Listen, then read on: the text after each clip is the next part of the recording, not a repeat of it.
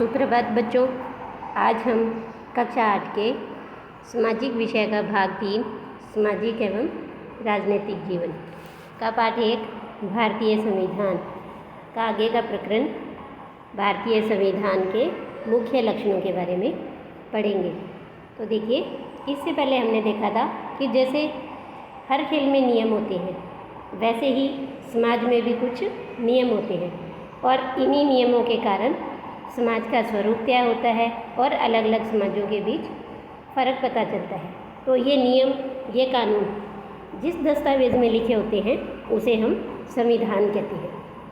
इसके बाद हमने ये देखा कि किसी भी देश को संविधान की ज़रूरत क्यों पड़ती है, यानी संविधान है वो कई उद्देश्य पूरे करता है। तो संविधान का सबसे पहले उद्देश्य हमने पढ़ा कि संविधान ही बताता है कि हमारे समाज का मूलभूत स्वरूप क्या होगा, यानी कि ऐसे दस्तावेज उन्हीं आदर्शों को सूत्रबद्ध करता है और इन्हीं आदर्शों के आधार पर नागरिक अपने देश को अपनी इच्छा के अनुसार, अपने सपनों के अनुसार रख सकते हैं। इसके बाद हमने 2 कहानियों के द्वारा ये पढ़ा था कि समाज का दूसरा उद्देश्य क्या है, यानी देश की राजनीतिक व्यवस्था को कौन तय करता है, समाज तय करता है। तो हम लोकतंत्र में रहते हैं और लोकतंत्र में हम अपना नेता खुद चुनते हैं। तो ऐसे लोकतांत्रिक समाजों में प्राय संविधान ही ऐसे नियम तय करता है कि जिनके द्वारा राजनेताओं के हाथों ऐसी सत्ता का दुरुपयोग ना हो। इसके बाद फिर हमने एक ये देखा कि संविधान ही बहुसंख्यकों के द्वारा अल्पसंख्यकों पर दबदबे को प्रतिबंध लगाता है और ये संविधान का महत्वपूर्ण कार्य है, जैसे कि हमने इस कहानी के दोबारा पढ़ा था।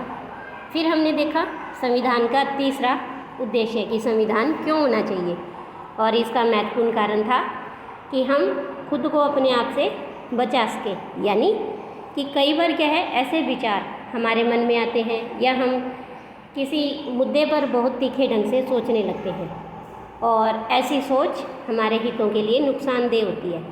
तो संविधान हमें ऐसी भावनाओं से बचने में मदद करता है। तो आज हम पढ़ेंगे भारतीय संविधान के मुख्य लक्षणों के बारे में। तो सबसे पहले देखिए भारतीय संविधान का मुख्य लक्षण कि 20वीं सदी तक आते आते भारतीय राष्ट्रीय आंदोलन कई दशक पुराना हो चुका था।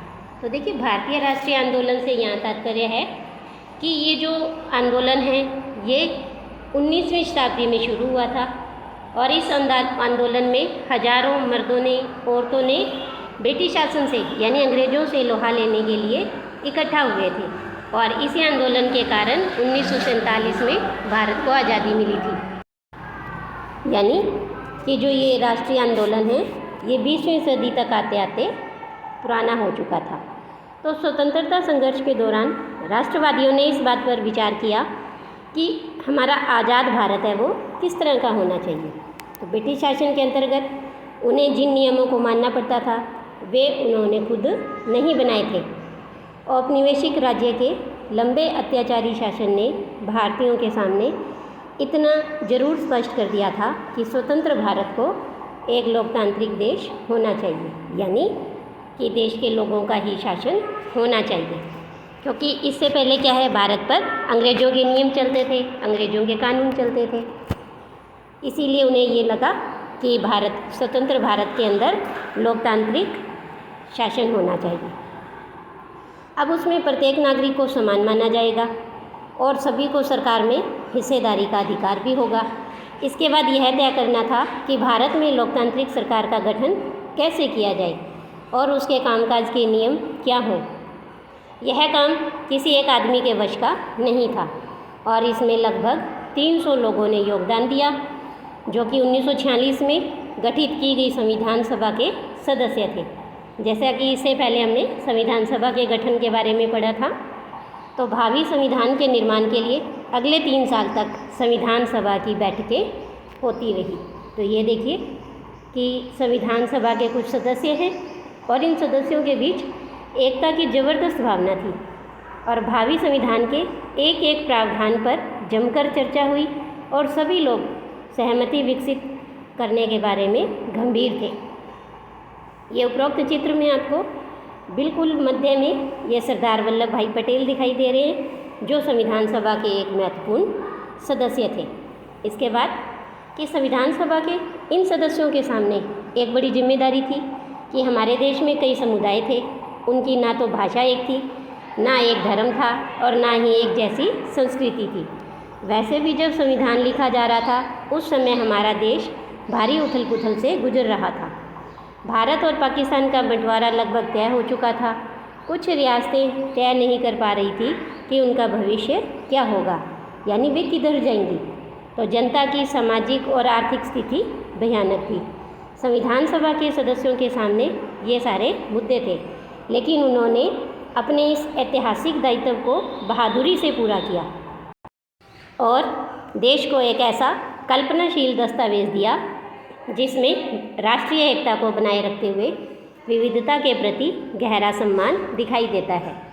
उन्होंने जो दस्तावेज तैयार किया उसमें सामाजिक और आर्थिक सुधारों के जरिए गरीबी उन्मूलन और जनप्रतिनिधियों के चयन में जनता की महत्वपूर्ण भूमिका पर काफ़ी जोर दिया गया था।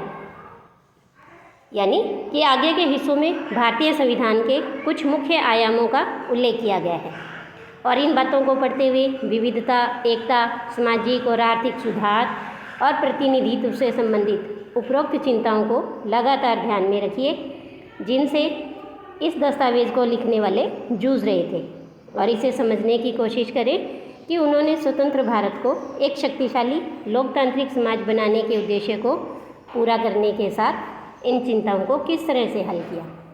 तो ये देखिए कि यह हैं बाबा साहेब डॉक्टर अंबेडकर।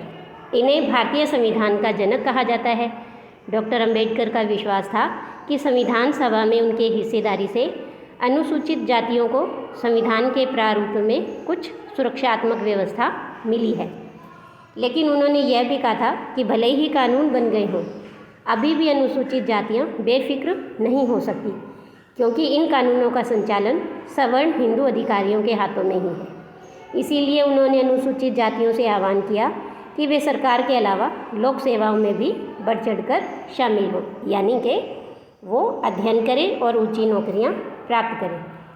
तो अब हम सबसे पहले लक्षण पढ़ेंगे संघवाद। इसका मतलब है कि देश में एक से ज़्यादा स्तर की सरकारों का होना।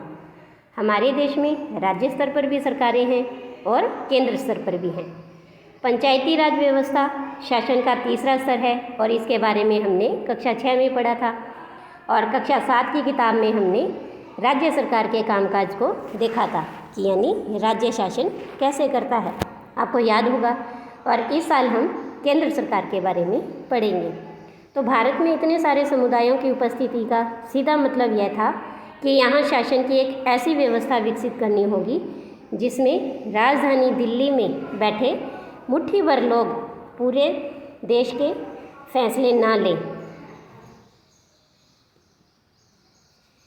इसीलिए प्रांतीय स्तर पर भी सरकार की व्यवस्था की गई ताकि इलाकों के हिसाब से अलग फैसले भी लिए जा सके।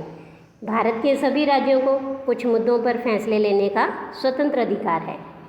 राष्ट्रीय महत्व के सवालों पर सभी राज्यों को केंद्र सरकार द्वारा बनाए गए कानूनों को मानना पड़ता है, और कार्यक्षेत्र की स्पष्टता के लिए संविधान में कुछ सूचियां दी गई हैं जिनमें बताया गया है कि कौन से स्तर की सरकार किन मुद्दों पर कानून बना सकती है। और इसके साथ संविधान यह भी तय करता है कि प्रत्येक स्तर की सरकार अपने कार्यों के लिए पैसे का इंतजाम कहाँ से कर सकती है। संघवाद के अंतर्गत राज्य केवल केंद्रीय सरकार के प्रतिनिधि नहीं होते, उन्हें भी संविधान से ही अपनी ताकत और अधिकार मिलते हैं। भारत के सभी लोग इन सभी स्तरों की सरकारों द्वारा बनाए गए कानूनों और नीतियों के अंतर्गत आते हैं। ये देखिए, इसके बाद हम पढ़ेंगे दूसरा लक्षण संसदीय शासन पद्धति। यानी देश में जो शासन पद्धति है वो कैसी होगी, संसदीय, यानी संसद होगा। तो सरकार के सभी स्तरों पर प्रतिनिधियों का चुनाव लोग खुद करते हैं। कक्षा 7 की किताब के शुरू में कांता की कहानी दी गई थी जो हमने पढ़ी थी। आपको याद होगा कि वो कैसे वोट डालने जाती है और वो वोट डालने के लिए कतार में खड़ी है, यानी लाइन में खड़ी है। तो जो भारत का संविधान है वो अपने सभी वयस्क नागरिकों को वोट डालने का अधिकार देता है। और संविधान सभा के सदस्य जब संविधान की रचना कर रहे थे तो उन्हें ये लगा कि स्वतंत्रता संघर्ष ने भारतीय जनता को वयस्क मताधिकार का प्रयोग करने के योग्य बना दिया है। यानी इससे पहले जब अंग्रेज़ों का शासन था तब जैसे जैसे आज़ादी के लिए हमने संघर्ष किया तब उन्हें ये लगा कि अब भारत की जनता है वो वयस्क मताधिकार का प्रयोग कर सकती है। यानी उन्हें क्या सही है क्या गलत है इनका निर्णय लेने की क्षमता है। तो उन्हें विश्वास था कि इससे न केवल लोकतांत्रिक सोच व तौर तरीकों को प्रोत्साहन मिलेगा बल्कि जाति वर्ग और औरत मर्द के फ़र्क पर आधारित ऊंच नीच की बेड़ियों को भी तोड़ा जा सकता है। सार्वभौमिक मताधिकार का मतलब है कि अपने प्रतिनिधियों के चुनाव में देश के सभी लोगों की सीधी भूमिका होती है। इसके अलावा हर व्यक्ति खुद चुनाव भी लड़ सकता है, चाहे उसकी सामाजिक पृष्ठभूमि कैसी भी क्यों ना हो। यानी कि कोई भी व्यक्ति चाहे वह किसी धर्म से किसी भी जाति से उसका लिंग भी कोई हो तो वो वोट डाल सकता है। यानी उन्हें वोट डालने का अधिकार है। और ये प्रतिनिधि जनता के प्रति जवाबदेह होते हैं। लोकतांत्रिक कार्य पद्धति में प्रतिनिधित्व क्यों महत्वपूर्ण होता है तो इसके बारे में हम इसी पुस्तक की दूसरी इकाई में विस्तार से पढ़ेंगे। तो इसके बाद देखिए कि आपको ये यहाँ चित्र दिखाई दे रहा है कि कैसे लोग अपना वोट डालने के लिए कतार में खड़े हैं। जब संविधान सभा ने ये सार्वभौमिक वयस्क मताधिकार के सिद्धांत को स्वीकृति दी थी तो संविधान सभा के एक सदस्य A.K. अय्यर ने ये कहा था कि यह कदम आम आदमी और लोकतांत्रिक शासन की सफलता में गहरी आस्था का द्योतक है और ये इस विश्वास पर आधारित है कि वयस्क मताधिकार के जरिए हम लोकतांत्रिक सरकार की स्थापना है वो कर सकते हैं और ये लोकतांत्रिक सरकार ज्ञानोदय लाएगी। यह आम आदमी के कुशलक्षेम जीवन स्तर सुविधा और बेहतर जीवन स्थिति को प्रोत्साहन देगी। और इसके बाद संविधान के जो अन्य लक्षण हैं उसके बारे में अगली वीडियो में पढ़ेंगे। आज के लिए इतना ही, धन्यवाद।